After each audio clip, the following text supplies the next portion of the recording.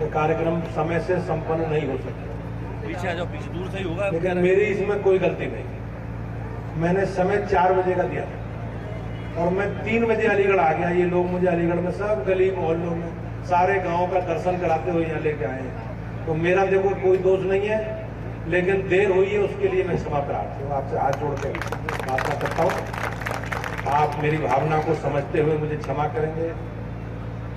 लोकसभा का चुनाव, भाइयों बहनों, आप सबने मिलकर 2014 में मोदी जी को प्रधानमंत्री बनाने का काम किया और भारतीय जनता पार्टी की 2017 में भी योगी जी के नेतृत्व में हमारी सरकार चल रही है। 10 वर्षों का कालखंड केंद्र की सरकार को हुआ है और 7 वर्षों से माननीय योगी आदित्यनाथ जी के नेतृत्व में राज्य सरकार चल रही है।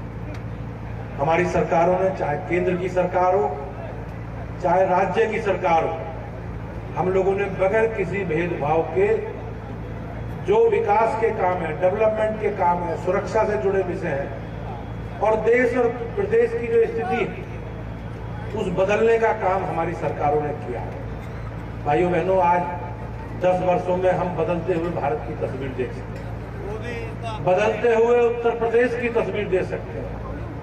10 वर्षों, आज से 10 वर्ष पहले जब केंद्र में यूपीए की सरकार थी और मनमोहन सिंह जी देश के प्रधानमंत्री थे, तो आप उस समय का देखो किस प्रकार की अराजकता थी, किस प्रकार का वित्तीय कुप्रबंधन, रोज नए भ्रष्टाचार होते थे और सरकार के लोग सुप्रीम कोर्ट के द्वारा गठित जांच एसआईटी का सामना करते हुए जेल जाते थे और एक प्रकार से पूरा देश एक अराजकता का, वित्तीय अराजकता का शिकार था।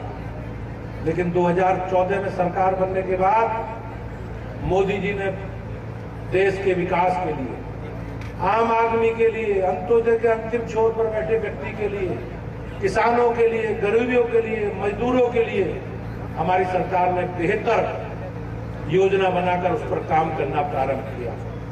और मैं आज निश्चित रूप से कह सकता हूं कि हमारी सरकार ने बिजली, पानी, सड़क, शिक्षा, स्वास्थ्य, सुरक्षा, इन सारे पैरामीटर पर बहुत अच्छा काम किया। आप देखेंगे बिजली, हमारी सरकार आने से पहले बिजली की क्या स्थिति थी? लोग ये खबर लगती थी कि बिजली आ गई और आज खबर ये लगती है कि बिजली नहीं आई। ये परिवर्तन है भाइयों बहनों। सरकार बगैर किसी भेदभाव के, हमारी सरकार ने बिजली के वितरण की बेहतर प्रबंधन व्यवस्था लागू की। और मैं आज जिम्मेवारी से कह सकता हूं, मैं जिस क्षेत्र से आता हूं, हमारे यहाँ गन्ना, गेहूं, धान की खेती लोग करते हैं और जिसके पास बिजली का कनेक्शन है, पिछले 7 वर्षों में उसने 1 पैसे का भी डीजल से, पंपिंग सेट से किसी फसलों की सिंचाई की हो तो मुझे बताएं। आज हम लोग बिजली पर्याप्त मात्रा में किसानों को दे रहे हैं और निःशुल्क बिजली उपलब्ध करा रहे हैं। भाइयों बहनों, सरकार का एक बहुत बड़ा कार्य है। हमारी सरकार ने किसानों से जुड़े विषयों पर अनेकों फसलों पर एमएसपी भी बढ़ाने का काम किया और एक गांव से दूसरे गांव को जोड़ने के लिए कनेक्टिविटी, सड़कों, संपर्क मार्ग, जिला मार्ग, नेशनल हाईवे, सरकार ने रोड कनेक्टिविटी पर बहुत अच्छा काम किया।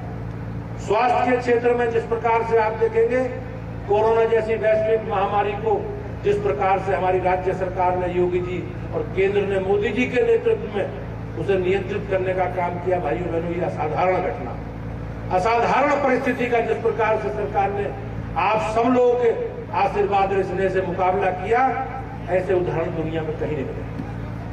आज जब कोरोना की गाइडलाइन जारी हुई तो किस प्रकार की परिस्थिति थी, लेकिन हमारे लिए गर्व करने की बात है कि विकसित देशों के साथ हमारी सरकार ने वैक्सीन का निर्माण किया और 140 करोड़ लोगों को निःशुल्क वैक्सीन लगवाकर माननीय प्रधानमंत्री का जो संकल्प है, जान है तो जहान है, उसे पूरा करने का काम भी किया।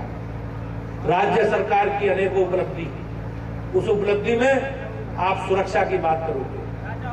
आज जिस प्रकार की परिस्थिति है, आज बेहतर माहौल हुआ है उत्तर प्रदेश में। उत्तर प्रदेश की छवि भाइयों बहनों बीमारू राज्य की, उत्तर प्रदेश की छवि प्रदेश में अराजकता, टकराव, जातीय तनाव, हिंसा और पूरा प्रदेश दंगाइयों के हवाले। हमारी माताओं के बहनों की सुरक्षा सरकार ने प्राथमिकता के साथ सुनिश्चित की है। आज अगर आप देखेंगे तो हमारी बहन सुरक्षित किसी भी समय कहीं से भी जा सकती है। परिस्थिति वैसी पहले नहीं थी।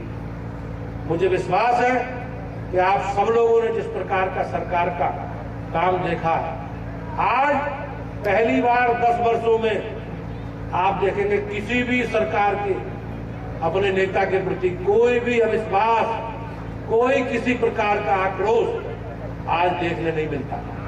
आज मोदी जी के प्रति दुनिया का और देश का जिस प्रकार से विश्वास है, जिस प्रकार से मोदी जी की लोकप्रियता देश में है, उससे मैं निश्चित रूप से कह सकता हूं कि आप सबका आशीर्वाद भारतीय जनता पार्टी को मिलेगा और मोदी जी के नेतृत्व में भारतीय जनता पार्टी का जो संकल्प है, उस संकल्प अब की बार 400 पार के संकल्प को हम लोग पूरा करेंगे और निश्चित रूप से अलीगढ़ भी उसमें सहभागिता प्रदान करेगा।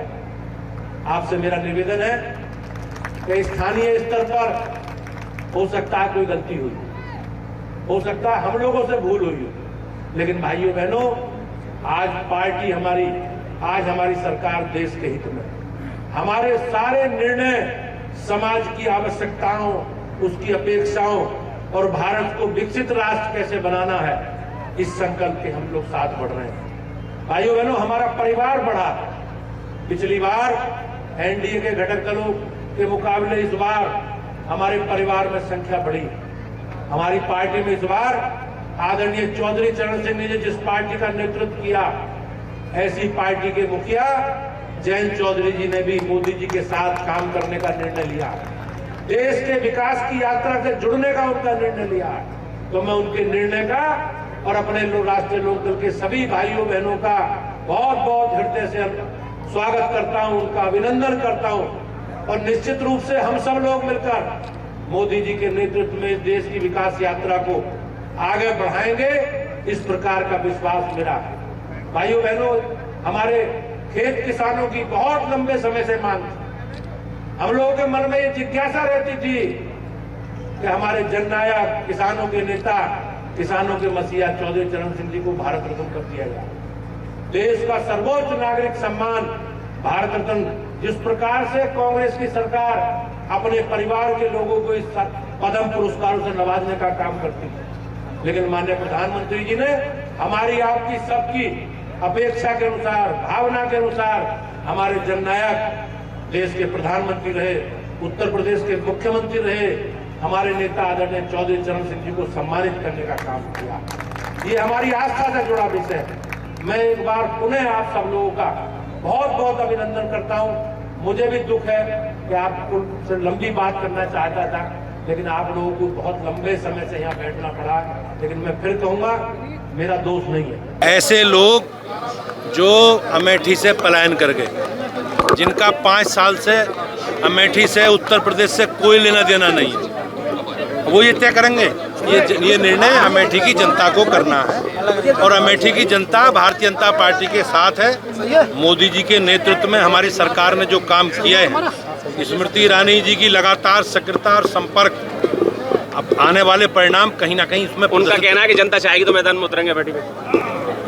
अब जनता ने तो निर्णय 2019 में दे दिया और 2022 के जो विधानसभा चुनाव हुए उसमें अमेठी में कितने विधायक चुने गए कांग्रेस के।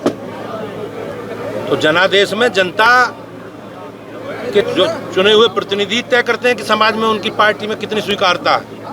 तो कांग्रेस उत्तर प्रदेश से पलायन कर गई है। कांग्रेस का कोई स्थान उत्तर प्रदेश में। सपा और कांग्रेस में जो भगदड़ मची है उस पर क्या कहना चौधरी साहब का? अब कांग्रेस, आप देख रहे होंगे INDA गठबंधन में सुबह कोई प्रत्याशी है, शाम को कोई प्रत्याशी है, घोषणा किसी की हो रही है, सिंबल किसी का जमा हो रहा है।